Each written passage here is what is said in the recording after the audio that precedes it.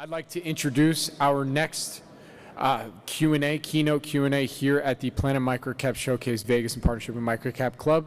To moderating this Q&A is Ian Cassel from MicroCapClub as well, and he's doing that Q&A with Cromwell Coulson, President and CEO of OTC Markets Group. Thank you, guys.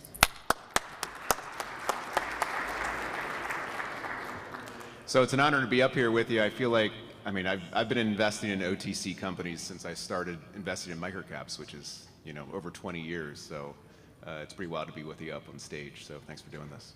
Well, thank you for having me, and it's great to come at an event, and I love the part of having actual investors along with the companies, because there's really the three parts of markets, which is people think about it's all about the companies, but there's also putting the information out there so the investors can make good decisions, and then supporting the brokers trading all these securities and allowing them to be able to trade these easily.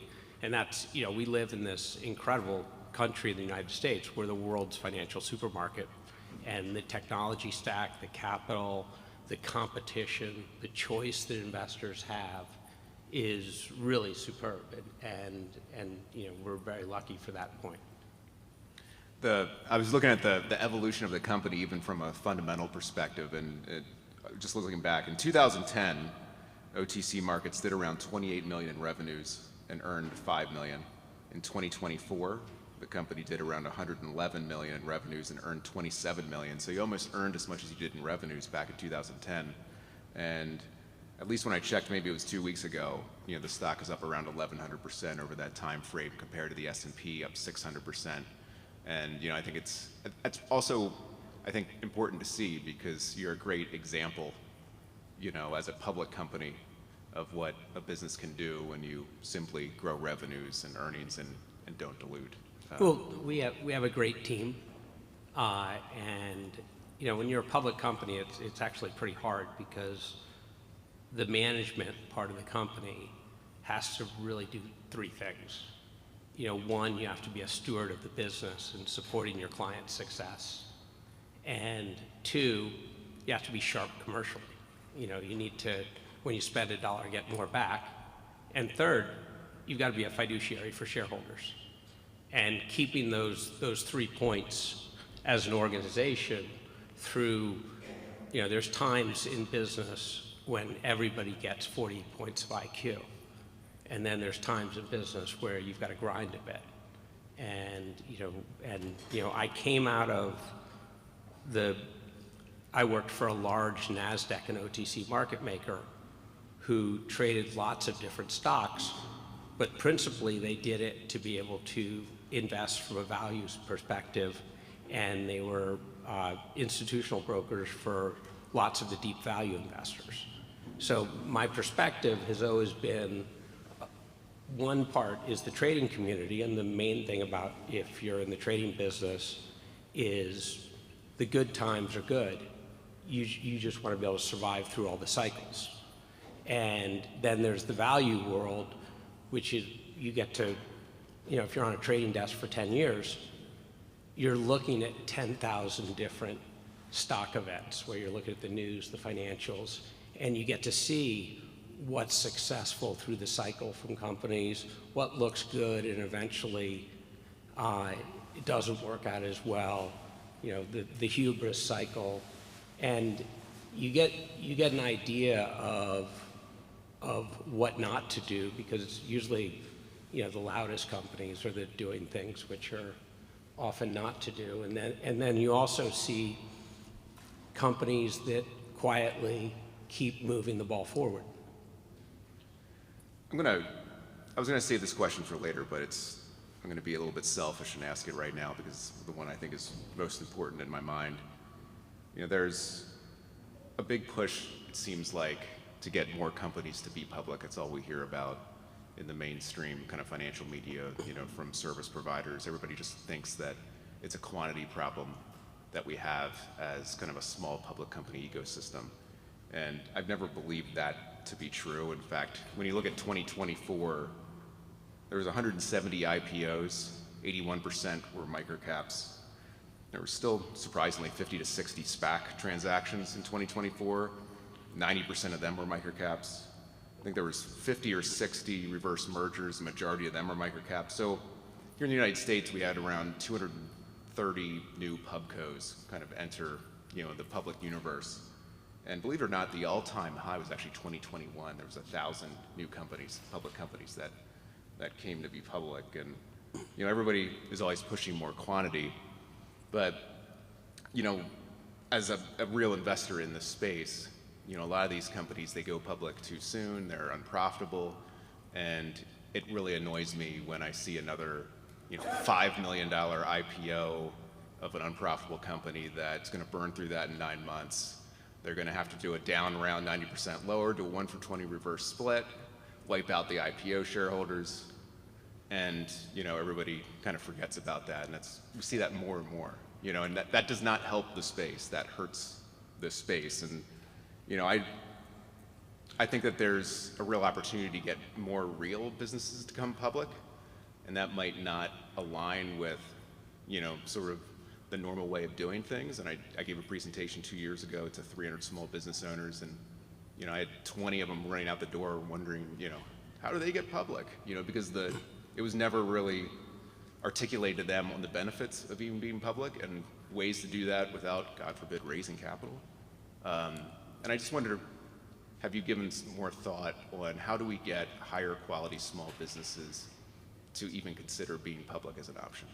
Well, you threw about 8,000 negative narratives against public markets out there, Yeah. Ian. So I look at public markets, we serve two different, there's two different types of companies. Is a company that's creating capital or a company that's consuming capital? And you should go take a look at, that part. The other part of it is it a company that is richly valued or not richly valued? Now that's a bit harder to tell because only in hindsight, the market's, a good market's putting things future for. So we really have to look at the companies that are creating capital, and we want to have those be public. We have to lower the cost of being public, both of all the expenses, and had been a huge passion of ours. We're a publicly traded company. We didn't raise capital. Our original investors were a whole bunch of deep value investors, and we haven't raised capital for a long time. We create capital. And for that side, there's a real value. All our employees own stock. And having a public company where you have to meet quarterly earnings, you have to have an audit, you've got a board with an independent chairman, it's super important because it makes a sustainable company. And I believe that public companies go along with democracy and capitalism, that anybody can buy shares. But we have a regulatory regime where we would put all these pain points on public companies. Gary Gensler, he wanted to do these environmental regulations based on your market cap, not how much you produce. And he was super proud of being the father of Sarbanes-Oxley. This was a real bullet we dodged for public markets because it was actually adding a fee onto every public company that it hit. So and how do we do this? It's lots of different ways. And we want a series of stairs as companies become bigger, grow, and can afford more, have a wider shareholder base. And we've always really felt for our market that way. The second part is companies that need capital. And you brought up the reverse mergers. A company gets sold by an investment banker, we're going to take you public, we're going to raise you 25 to 50 million, and when the companies put the money in to do it, oh, it's 5 million, and your own investors need to show up with part of that.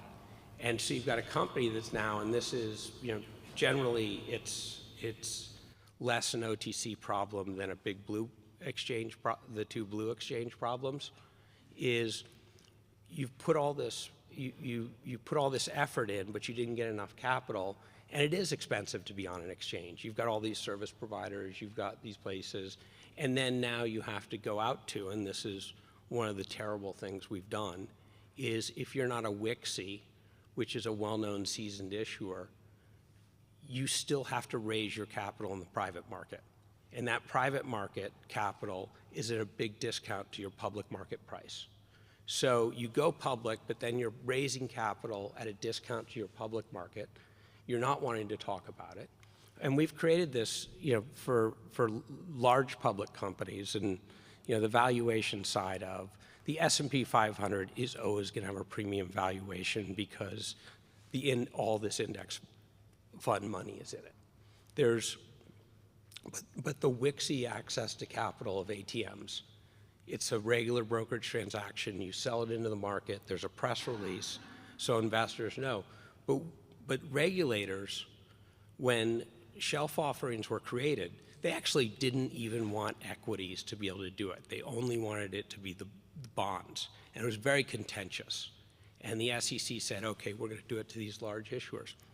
But they have shut out all the companies that have volatility. And it is really low cost if you can sell it in the market. If you're a smaller public company, you can sell it in smaller transactions. So you don't have to have someone take on the risk of buying a block. You can work your way in. They've got restrictions, de-SPACs, IPOs can't do ATMs. OTC companies can't do ATMs. Companies with small floats. These are when you see these stupid prices of a company that goes public and it trades at $300 a share, and people are trying to borrow shares through various places, why shouldn't the company be able to sell some shares into the market? And what's great about ATMs is the money goes directly to the company, and it's public. And that's a part and I think we've got a new regime in Washington where access to capital can really change. And if we do it right, and they're also trying to streamline regulations for companies being public, we can really win on both sides. Yeah, and it kind of hit on my next question, and maybe it's the number one thing is the shelf offerings for OTC markets. What are some of the areas to close that gap between OTC markets and the exchanges? I think capital raising is probably the most important. We traded $125 billion of dollar volume in the first quarter. That sounds huge, and you're like, wow, I want some of that. Now, in reality, 75% of that dollar volume is ADRs. And then another 15% is F shares, foreign ordinary shares, of which there's a lot of Canadian companies who don't need ADRs because they can trade their ordinary shares in the US. And then there's other companies, smaller public companies listed overseas, and ADR is not really economic until you get to 500 to a billion market cap. So what they do is they have their ordinary shares quoted and traded in US dollars. It's got an F at the end of the symbol, but it settles overseas. And the brokerage firms have been building that capability that if you trade through Fidelity, they add an extra fee because it's foreign clearing. And that is slowly going along, which is good because it's competition for ADR pricing as well. So, we've created that market, which is, we've got 12,000 approximately securities, of which a large amount are these international securities. And then we also have, OTC markets is a fantastic market if you're publicly traded, if you want to be publicly traded and you don't need to raise capital. Community banks are consistently leaving the exchanges because it costs less. They still serve their shareholders of making the shares tradable through accounts. The institutional investors understand it. It's the same market makers. We've worked through so the brokerage firm compliance departments can see it's a community bank. They can see it's not a penny stock.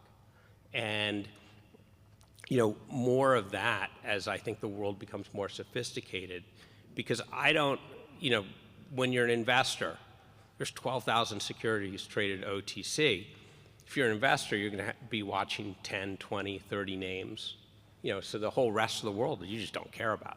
If you're running a market, your job is not to say, okay, everything is going to be perfectly priced right now, because it will never happen. You have some things on the U-shaped curve, and sadly, undervalued only goes to zero, where ludicrous, the ones on the tails, there's always going to be some sides. However, our job is to put the information in the market so risk can be appropriately priced. And that's a very different view than regulators who are like, something went wrong. Well, things should go wrong in capitalism. It is not a perfect path to success. I make the joke that emerging microcap companies are often like watching, the snowboarders in the half pipe in the Olympics. Some are trying to go big and go and wipe out, and you want to have it out there.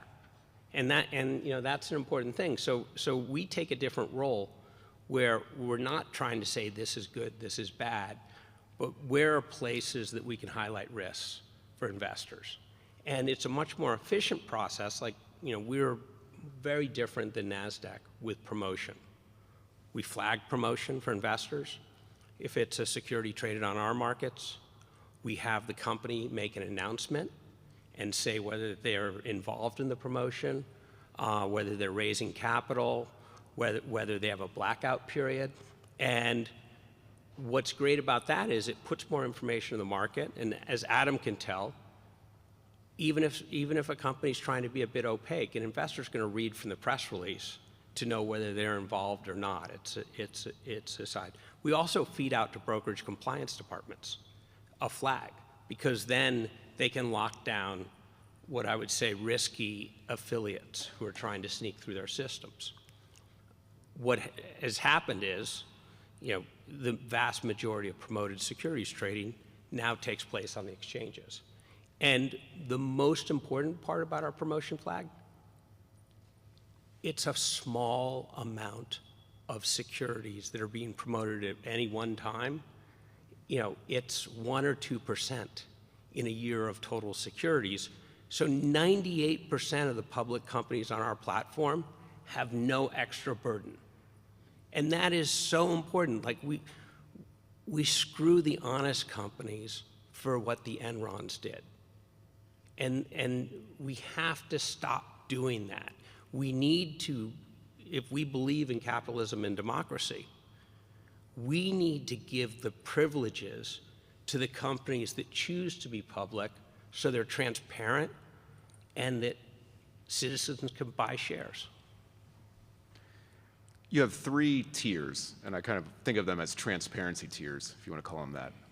And you have OTCQX, OTCQB, and now the new OTC ID. Can you maybe explain a little bit of those 3 We tiers? have 5. So I'll go more sophisticated on it. So when we started out, I was a traditional value investor, dig around for information. I just wanted to fix the trading process.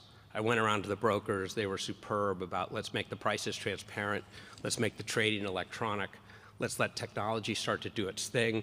Let's put the prices on investor screens. Worked with regulators. We got limit order display, limit order protection. Regulators could regulate the market. The transactional side of the business improved. However, we didn't have, it was always a supply-demand market. We didn't have you can never create an efficient market without an ongoing information stream from the companies. They're part of it. And if they're not, if they're not providing a good information stream, it's an imperfect market. So we created OTCQX, which was the idea is, okay, they're not penny stocks, they're going to meet a certain side, and we had some great companies that wanted to join first. Roche was fantastic. And Roche is listed on the Swiss exchange, but they had a US-based IR team that wanted to serve their US investors in the same manner as if the company was listed on the New York Stock Exchange of any of the activities that brought value. So that was OTCQX. We went around and we realized there's a bunch of companies on the TSX Venture, on the AIM, that wouldn't qualify for those standards. And we also aligned OTCQX with state blue sky rules to try and have, so these are the securities that were the higher end. And we went through and, it's changed over time. We look at what things we should add to improve the informational experience for investors, but also what should we remove. And, in a lot of other markets, they don't get to do that. OTCQB is a venture market. The definition of a venture company is a company that is trying to become successful. So by definition, they're not yet fully successful. So that's really got to be information-based and who are the people behind it. And we competed against something called the OTC Bulletin Board. They didn't do any checks on the people and driving more transparency out there. And I always think about how do you get that information out there. Another area we looked for was what's the float, because you need a certain amount of share trading to get towards some market efficiency. The joke from the regulators was, there'd be a company that would show up and register with the SEC, and it had 51 shareholders, and 50 of them all had the same last name and lived in a village in Albania. And so kind of going through those processes added some value, and going through that process. What we didn't have, though, was just a basic market. And we were tracking companies based on disclosure where we could, because we wanted to show which companies had some information. We really wanted to highlight the companies that weren't providing any information to investors. Regulators changed the rules and updated something called 15C211, and they gave us two important responsibilities. Our job was to monitor and be reviewed by FINRA the ongoing disclosure of companies, and two, we could onboard new securities if there was sufficient publicly available information. And that really moved us to a place of looking a lot more like NASDAQ years ago before it became an exchange. Our trading platforms, we operate 3 different ATSs. They're just different business models for different types of broker-dealers. They're all knitted together. We distribute our market data, and we can onboard new securities, and we monitor ongoing disclosure, and it's all, under entities that are, SEC registered and a FINRA regulated. So we had the pink market, which we had pink current and pink limited, and as we were trying to work through what level of engagement and company information we had, is with 211, we really realized we wanted a basic market, OTC ID, which would just be purely disclosure. Didn't matter what your float was. If you got a symbol, you can start putting information in the market, and it could be a really easy gateway into the market.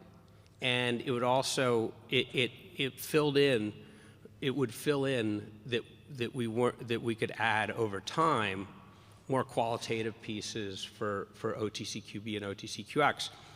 And the definition of pink limited is going to change from limited information to a market for broker-dealers to deliver best execution for investors with limited to no involvement of the issuer. And the way I see it is, you're never going to have a fully efficient market. You're going to have market imperfections. You're also, if a company is not engaged, we can't, an international company, the exemption they trade under is called 12G32B. Management is the only team that can certify. We tried to get the ADR banks to certify. They didn't want to.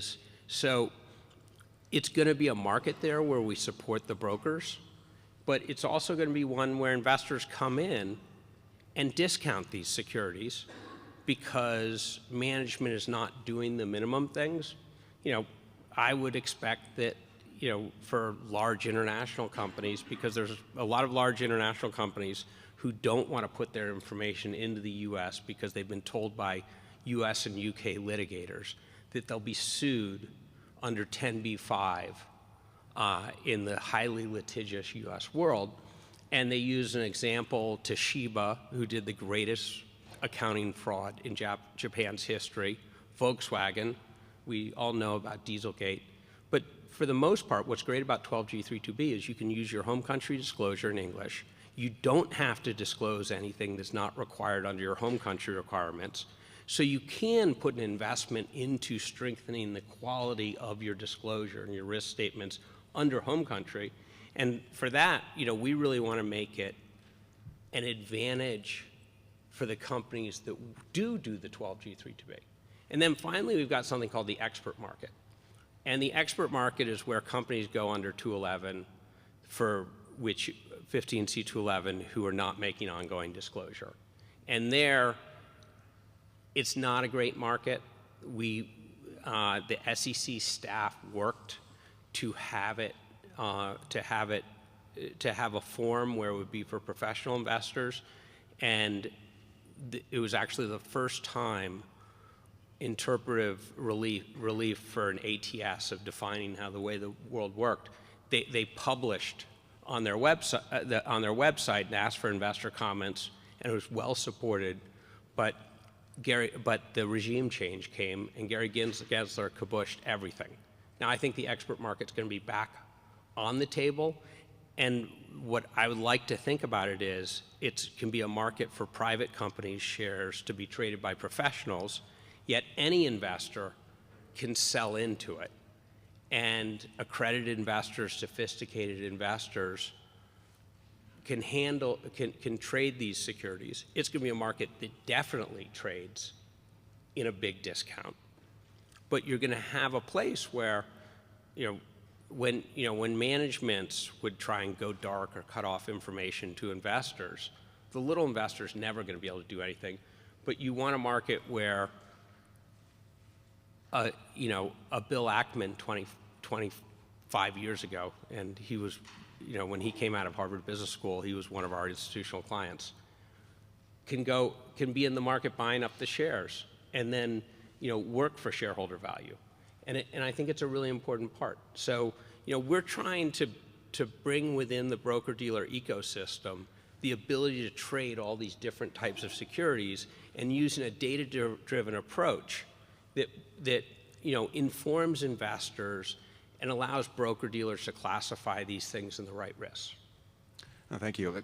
I think we're up on time, but if anybody has any questions for Cromwell, you can, I believe, follow him out the back of the room and ask him those questions out in the hall or in another room. So. But it really is expanding ATMs to all public companies is so important.